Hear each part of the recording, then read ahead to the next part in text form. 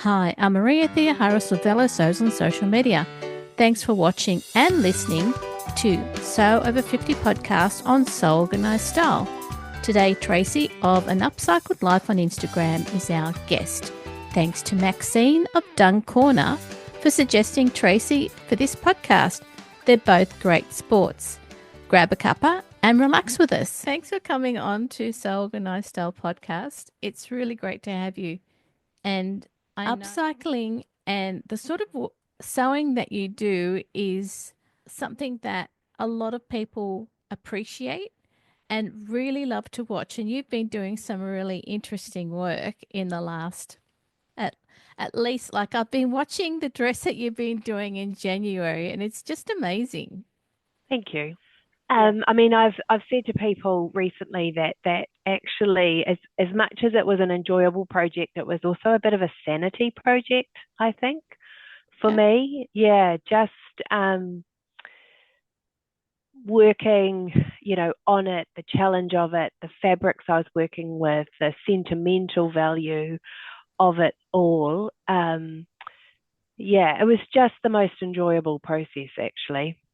Um, even if even if the dress had turned out terribly, I think I would have still enjoyed the project itself. It's quite stunning. Thank you. I've yet to wear it in public. I've promised my work colleagues that I will. So maybe next week I will get its first official outing, and we'll see what that. They obviously though will be very kind. um, so yeah, might not be the most neutral audience. Okay, that's fine. I think the people that know you or know us as sewers, really, I think they get to learn how much effort we put into creating sewing clothes that we love to wear. And whether Yeah. they like it or not doesn't really matter. No, no, I think you're right. I think they appreciate the thought and the effort and the challenge Mm.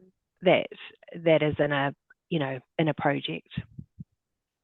So this particular dress experience, so how did it all start? How did this dress see that we've been watching on Instagram happen? So your Instagram handle is An upcycled life. okay. People who follow my Instagram will know Mum got diagnosed with cancer in Mm. April last year and got progressively unwell and sadly passed away in late October. And I spent a lot of time with her over those 6.5 months. And at the time, much of the time, I was working on another project. It's an organza skirt that I machine stitched, individually cut flowers on, another sanity project. And Mum, she was one who taught me to sew originally, and she was always, she's, my greatest fan was sewing. Like she always was encouraging and supportive and interested in whatever, way out ideas I was working on at the time. And at some point, I think maybe August or September, I don't know, she cleaned out her linen cupboard and said to me, I'm not going to need all these. And she gave me a big box because she knows I collect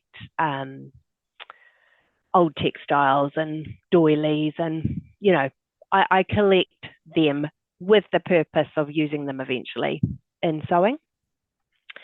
And I don't know, sometimes just the sewing stars all align and inspiration strikes and I was looking at that time at some ready to wear dresses and enjoying the style of them, but not so much the price. And um, and had these linens, and I don't know, just the dots all just joined up. And I thought I could have a go at making a dress in a similar style, but using these linens that have come from Mum that were, they're a collection of linens from Mum, from my grandma, my great grandmother, like it's a family treasure box, really.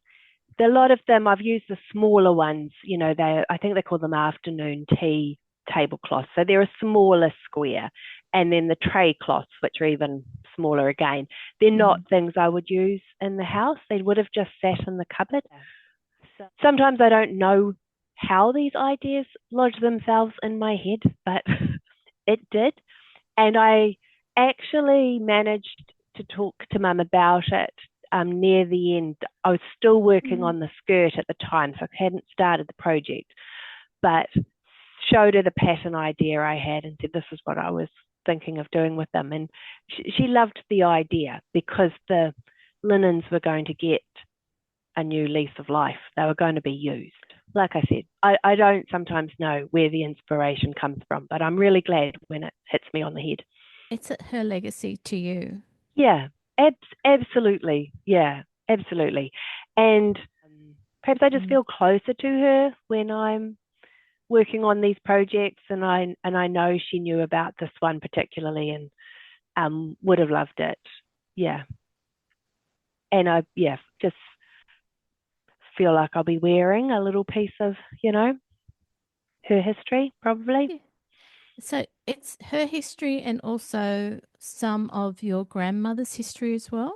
Yep, and I'm sure it'll be my great grandmother's things will be in there too. There were some pretty old pieces, and unfortunately, because Mum got so sick near the end, I wasn't able to say how where was this one from or who made this one or but some of them are quite obviously handmade, and you think about back in the day with glory boxes and things like that, that they would have been made for special occasions or for using or for leaving home. I don't know, but one of the pieces, a little, it must be handmade piece of sort of lace around the neck that I used. I found actually that one that didn't come in the box from Mum. It was when I was going through a whole lot of photos and things that were obviously my grandmother's, and it was just sort of tucked away in there,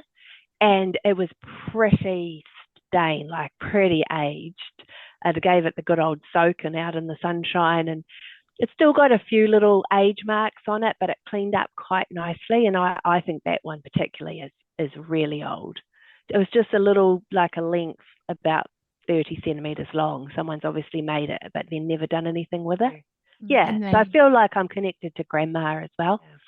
And now you have used that 30-centimeter piece that was waiting to be used. Yeah, well, otherwise these things, I think they just, no one knows what to do with them. So they get either thrown or donated, I guess, to an op shop or a thrift shop. So I love the concept of using something, making it, upcycling it, making it usable again, or giving it a new life. Yeah. Yeah, you have given all of those pieces a new life. And the good thing is that they're made of linen and cotton as well. Yes, yeah. So, I mean, some of them, I mean, they're good quality. Do you know, that's the other thing. Some of the fabrics, I probably 2 years ago now made a skirt out of ties, vintage and retro ties.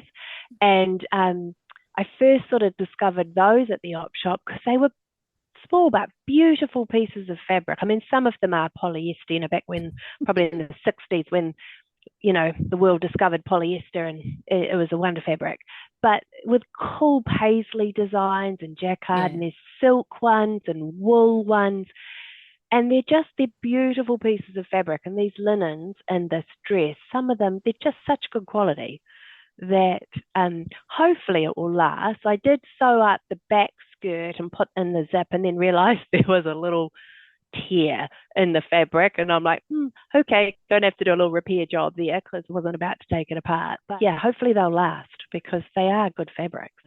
The other thing I loved about the ties too, it was back in the day when New Zealand, made its own stuff, and a lot of them were made in New Zealand under license too. I loved finding things that were made in New Zealand originally and then redoing something with them. Yeah, just feel like it bucks the trend of fast fashion a little bit. So when you find that the pieces that you're using are made from New Zealand and they have that tag that shows that they are, do you add that to the garment as well? Not always, depends Mm. on what I'm making, but with the ties, I have in the past made bags and I would unpick the labels and then re-stitch them inside the bag or on the outside of the bag somewhere. Some of them were, I'll probably pronounce it wrong, but like Pierre Cardin ties or however you say that, or Yeah. Dior ties, and then I would definitely unpick that label and put that on the front of the bag. Yeah, I would too. My designer bag made from, op shop ties back in the days when you could get like 10 for $1. So, can we talk about, or can you talk about where you started with your sewing journey and how you found the Sew Over 50 community? Like many of us, my mum taught me how to sew originally, and I was listening to Rin. You spoke with Rin from Oh, Cookie yes. Things, yeah, Yeah. last week, and I was listening to her, and my story was a bit the same. I think I was probably younger than 10, and mum showed me how to make clothes for my Barbie dolls. Even recently I had the original little tiny, clothes with little elastic skirts and that I'd first learned how to make. So I started with that. And then in my teens, so in the 80s, I think the changing point was Marshall Cavendish released this series, and I think it was called Make It Easy. And it was a cardboard packet, and it was quite beautifully presented. And inside it had a step by step photographed instruction sheets, booklet, and patterns for things that were quite trendy at the time. And that's really what I think got me into clothes garment sewing for myself. I would follow these instructions and make these clothes. I remember making like a pinafore and a jacket that matched and doing, double rows of top stitching all around. And anything I got stuck on, I could go and ask mum. If I didn't, the instructions were great and there were photographs. But if I could just go and say, Mum, I don't understand. How do you do this? How do you do this part? Mm. So that's probably how I got started. Yeah, made quite a lot of clothes through my teen years and my 20s, but had quite a break in my 30s, and then came back to it relatively recently, probably only about 5 years ago, and didn't start my Instagram account as a sewing account, but it was originally called an upcycled wedding Right. because my husband and I got married 5 years ago. It turned out to be 4 days, 5 days before the first COVID lockdown here. It was a bit of Mm. a hair raising time, but originally started it to post about what we were doing because we really did upcycle, repurpose, reuse for our wedding, but morphed it into an upcycled life because I figured there's a statute of limitations on how long you can post photos of a wedding after it's been. I don't know how, but I just fell upon this sewing community via that, and realized, and hadn't known before that there was this whole amazing community of people out there who were sewing, posting about their sewing, offering advice, tutorials, um, encouraging others to, post their makes.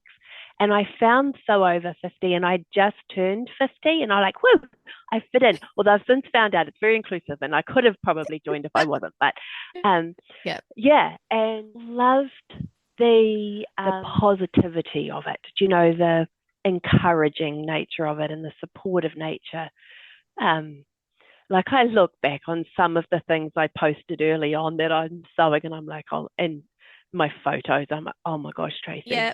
what were you thinking? And people are going, oh, that looks lovely. That's so nice. And I'm like, people are just so encouraging and supportive. It's like, yeah, it's just a really lovely little corner of social media, I reckon, of Instagram. It's 53,000 followers, but it's Yeah, still, I mean, honestly, it's still a small corner of social media on Instagram. yeah, yeah. I mean, in my corner, it's the whole corner. Like that's all I look at, really. Yeah. I do post other things on my account. It's not exclusively sewing, but Mm. because if I did, I'd only have like about 6 posts a year because I'm so slow at sewing. But yeah, I was reading somebody's post recently, and she was talking about some of the downsides of Instagram. I completely understand what she was talking about, and if it wasn't for the sewing community and Sew Over 50 and the people I've met online through it, Yep. I probably wouldn't be on Instagram, for a whole lot of other external reasons. Yeah. Yeah. But this little corner is such a happy place to be. Mm, Yeah, that's I how I agree. find it anyway. One of the fun parts of being in the Sober 50 community is what they call the Sober 50 dating community, which is where you meet people in real life. Has that Yes. happened to you yet? Um, Only through frock tails. Yep. So, a couple of years ago, a sewing friend and I went to Wellington here for a Frocktails community and connected with people who we were following online or were following us, and or made new people, found new people to Mm. um, follow and connect with, and that was lovely. That was very cool. Um, I've been seeing a couple recently of people who have met in real life, um, and yeah, I think that would be cool one day. I'm sure it will happen. Well, Oh, there's someone here in New Plymouth who is in the community and who follow, and I happen to recognise her photo from a local shop where she works, and I did that. I walked up to her and said, "This might seem really weird, and you might not be the person, but I'm an upcycled life. Are you such and such?" And she was. So yeah, so that was nice. And so we are in regular contact, through that. But the first conversation when I went up to her and asked and thought, she's going to think I'm incredibly weird if she's not the lady on Instagram. you collect pieces that you're going to use eventually. What's your storage like? Is there a particular way that you store things? Because I know that that's something that I struggle with. When I say I collect, I am pretty selective. Mm. I think I would get too overwhelmed if I just had, shelves and shelves and shelves of it. So I do have a cupboard with drawers, and there's a drawer with doilies and a drawer with fabric scraps, and then the shelves with pieces of fabric um, that I'll use, that I've thrifted, that are generally smaller. They're not Hmm. pieces to make garments for myself out of. Um, and I am pretty organized about making sure things get washed and put away and are in their right place. So I sort of know what I've got. Yeah. And I would say I've got more selective as time's gone on. A, because otherwise I'll run out of storage space. B, I do find it's getting harder to find things. It's, I think, maybe upcycling and repurposing, and that has got a lot more trendy. Mm. Um, and so there's perhaps not as easy to find things. But there's certain things I'll always look out for. I always have a look at the ties. I'll always have a look at the vintage linens, sewing patterns, buttons. I've, I mean, you can probably see behind me, but that's my button collection, and it's almost all thrifted over the years. Just I very, very rarely have to buy a button these days. I just go into the right color jar and try and find something. Um, So for our yeah, listeners, you've got two shelves behind you. yeah. And how many jars are there? Um, 16? they used to just all be mixed in together, and then a few years ago, I did the whole very laborious thing of tipping them all out and then color coding them into vintage jars. But it's made life so much easier. So there's a jar there, for example, of blue buttons that I can just I'll show you. So I can just go in there and, you know, Hmm. um, find what I want. Bit harder when you need you've got a pattern that wants 9 buttons exactly the same, but I'm not usually too worried about that. I'm quite happy to mix and match a bit. Mm. Yeah. So yeah, so I do collect things, but I also love fabric.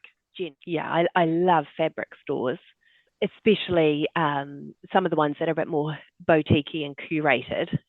I have to travel for those, so that's probably a good thing. Otherwise, I might have too much fabric. Yeah, and I still make things from new fabric. It's not. I'm not exclusively old stuff.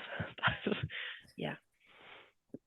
I think if you were exclusively old stuff, it would be, again, another challenge to continually find those Yeah. pieces so Yeah. that you can then use them. Yeah. Yeah. I know for me, um, absolute extremes are a bit stressful. Like if I set myself, I could only use old fabric, or I could Mm. only, like I just, that would take probably some of the joy out of it. I like the coming up with a creative idea, whatever it be made out of, but something that you think, yes, I would really love to try and make that, and I think I would love to wear it. Mm. I think I'm getting better at that. When I first discovered the sewing community and Instagram, I think, well, I know I was pretty guilty of just trying to make all the things, like there was, Yeah. so I discovered indie pattern companies at the same time because they were online, and some of those fabric stores, they had an online presence. And I think I just probably went a bit mad, and I made a lot of things um, because they look cool online, but probably weren't me. And I tell you, the thing that really probably shaped my sewing was the Me Made Mays. I discovered that, and I've done that for 3 years, and really tried to do, the way it's intended with a pledge, and you wear your Me Maids and you examine your Me Made wardrobe. And I just found, like, I just discovered I was really probably making the wrong things, and also discovered that I really need to make I think you pronounce it twill, although it spells like toil, and it feels like a toil to me. I don't enjoy making the dummy run, but I have to get the right fit and style. Yeah, Yeah. that was probably a mess. That was the biggest change for, I don't know, 40 years of sewing. I never made one, and then Yeah. now I just about always make one. I'm finding that if I do a toile, which is that test run, Yeah. it actually gives me an idea of not just the fit, but I can go through the instructions and actually go, oh, that's what I'm supposed to be doing. And so by the time I get to the fashion fabric that I want to use, I feel a lot more confident in this might actually work now. Yes, Yeah. definitely. Yeah. Yeah. I'll mark on the instructions, things like make sure you line this up, these pleats, Yeah. because you've just discovered in your dummy run that it really sticks out if you don't. Mm, Or with the fashion fabric in mind, you know, you can see the potential pitfalls that could happen if yeah. it's quite a thick fabric. Or yeah, it is a really worthwhile process. I know I have to do it, but I don't love sewing. I don't love sewing it because I usually use the most, I don't make a wearable 12 Toile. because I know it's not going to fit when I first make it. So I don't want to waste any sort of good fabric. So Mm, I use, old sheets and, thrifted sheets and old stained tablecloths. And they're really not that fun to sew with, like I no. don't. So yeah, it's one of those things that I know I have to do, and it really does make a difference. But I don't love that part of it. Mm, I just want to get through that part. Plus, I'm learning how to make the adjustments. Like I have to go to the internet. Luckily, everything's out there. yeah. You Google everything, and someone's got a YouTube video on how to move a bus dart, or like it's all there. It's just got to find it. The interesting thing listening to you is that you've made the decision, you've tried things and you've made the decision around what's going to keep you motivated, what you love doing, and what's going to drag that energy out of you so that you sit there going, I don't know, I don't want to keep doing this. Yeah, yeah, Yeah. yeah. I love sewing, like we all do. Yeah. I love the whole process of it. I love Mm. the initial design when you're trying to think of the fabric and the pattern and match them, and I find the process of just step by step, doing each step quite therapeutic almost. Like I use that hashtag sewing as my therapy, but it really does feel like it. Mm. I do really enjoy it.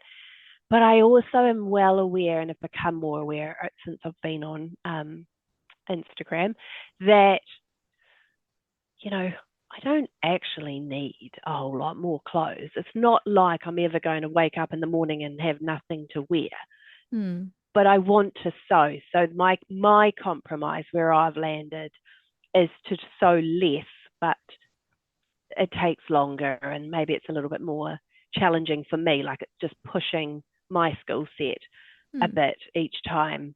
So that way I feel less guilty about making more stuff, and I can still enjoy the process, which I never want to give it up. I guess I could be very selfless and just sew for other people, but I do like sewing for myself. So yeah, yeah. So, for people who are watching and listening, watching or listening, what advice would you give them to keep sewing? If this is going to make sense, find your lane and then stay in it.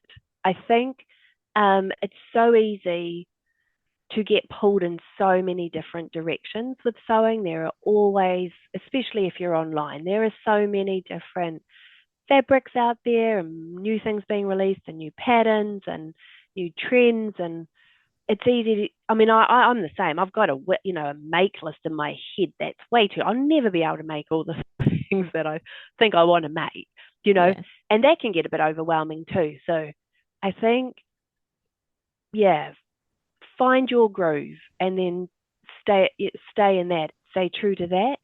And for me, it's become, this is just personal, it's become slower, more challenging projects. Yes, I still want to enjoy them. I never want to be, struggling my way through a project that's way too hard for me and I don't like it, and be in the community because people will encourage you and give you ideas all the time, which is lovely. Yeah. I agree with you. Find your groove and keep going with that. And it's great to know that you've slowed down, but slowed down for the pleasure of sewing rather than the stress Yeah. that can come from sewing.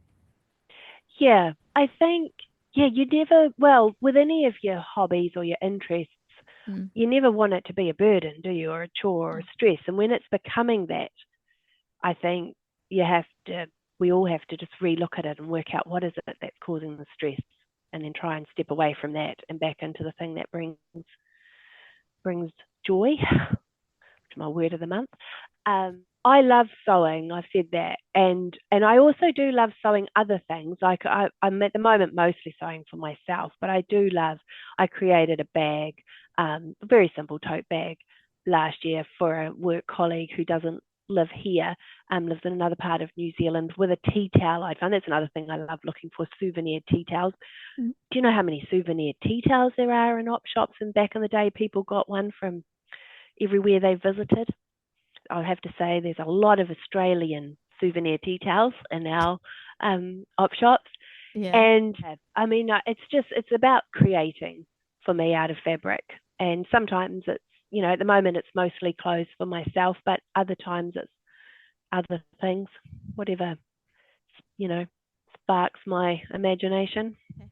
That's great. Thank you so much for sharing what keeps you going and how you've figured that out because that sort of thinking is actually good for people who are sitting there at the start of the year thinking, what am I going to do this year? How am I going to do it? And then possibly stepping back and taking another look at, again, what motivates them and what they can now either focus on or put aside for a while. Yeah. Yeah. Yeah. One of the hardest things I've found with sewing for myself is finding your own style. Mhm.